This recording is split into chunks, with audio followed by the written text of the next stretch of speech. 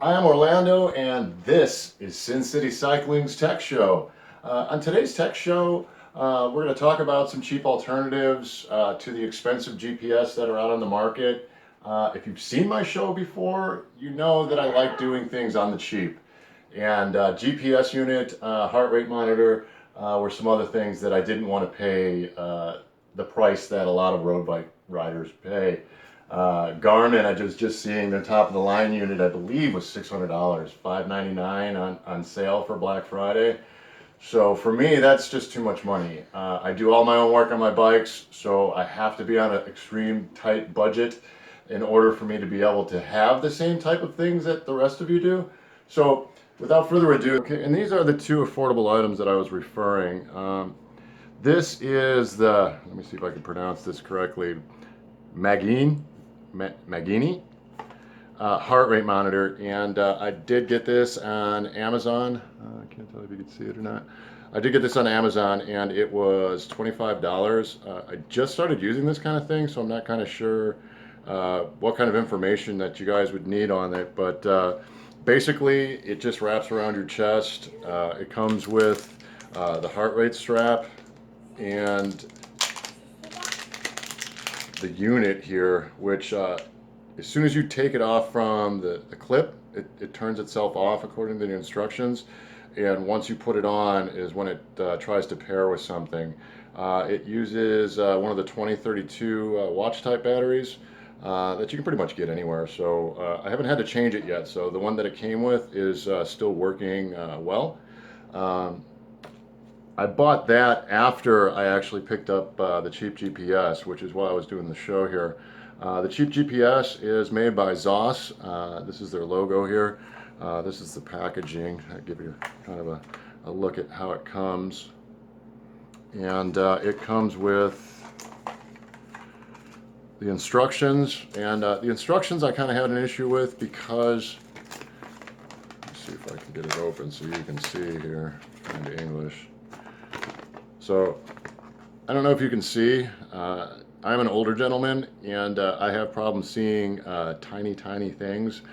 So the instructions were definitely an issue for me because it's literally microscopic. Once you download the app, which you can get on the Play Store, here it talks about it briefly, you can, after putting in your model number of the unit, it'll give you a PDF file that you can access through the app that you can zoom in and zoom out. So that way you can actually read the instructions that come with it. But it was $29.95, and it comes with, let me see if I can get it open here for you guys. It comes with the little mount piece that you can fit onto your stem or your bars, and a little rubber piece that goes underneath it that is shaped like the stem or the bar, so it's got that rounded contour. And it's held on by these rubber bands, which you would just clip here, wrap around the bar, and then clip back onto the other side. So all of the cheap GPS units that I've encountered come with this type of mounting situation. I actually bought a Garmin type mount for both of my bikes, and you can find those relatively cheap pretty much anywhere. Let me see if I can power it up for you here.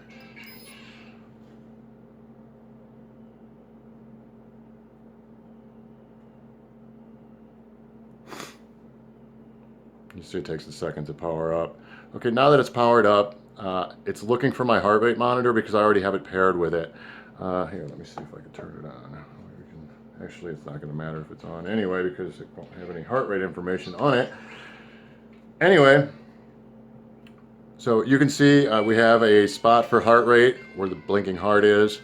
We have a spot for cadence, so you can pair it with a cadence sensor, battery, speed, time, distance.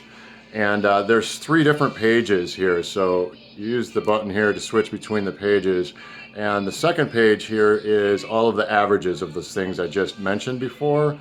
So we have speed, average, gradient. Actually, no, the gradient isn't average on this one. So the 2 at the bottom here have changed to altitude and gradient, and the rest of the information are all the average. So average speed, average heart rate, average cadence.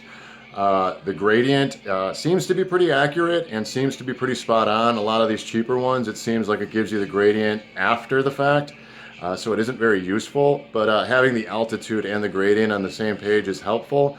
But not being able to see my actual speed is something that I don't really like about that page, but I do like the gradient information. The third page is max of the everything that I just spoke about before. We have max speed, max heart rate, and max cadence. Let's see, this one looks like a clock, and down here is our odometer. That would be the miles that I've put on since I first started using it. Things that I don't like about the actual GPS unit, it doesn't have temperature. My other unit had temperature, not that I really go outside. Oh, I need to know what temp it is, but it's helpful. So that's kind of one of the things I miss. My other main GPS that I stopped using had semi-customizable screens, and I kind of miss that as well. But it pairs up relatively quickly with the heart rate monitor, which is great. The price is great. The mounting stuff I really haven't used, but still, I mean, considering some of these other units are about $600, for $29 and $25, I have a GPS unit and a heart rate monitor that work.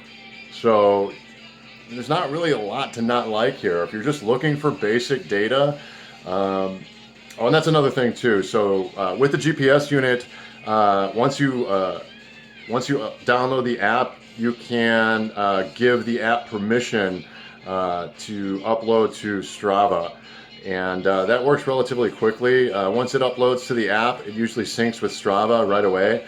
I've only been using this about a month now, so I haven't really had enough chances to have a lot of issues yet.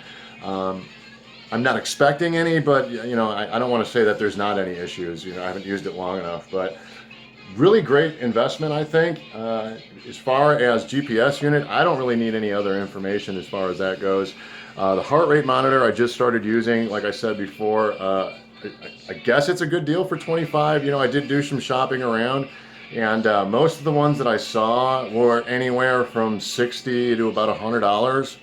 And finding one for $25 seemed like a really good deal. It didn't have any reviews. So, just like the GPS, I was kind of wary, but for the price, I figured I'd take a chance. And one of the plus things of buying through Prime, you can always return it if you don't really like the thing. So, Prime's usually pretty good about that. Sometimes they charge you a restocking fee.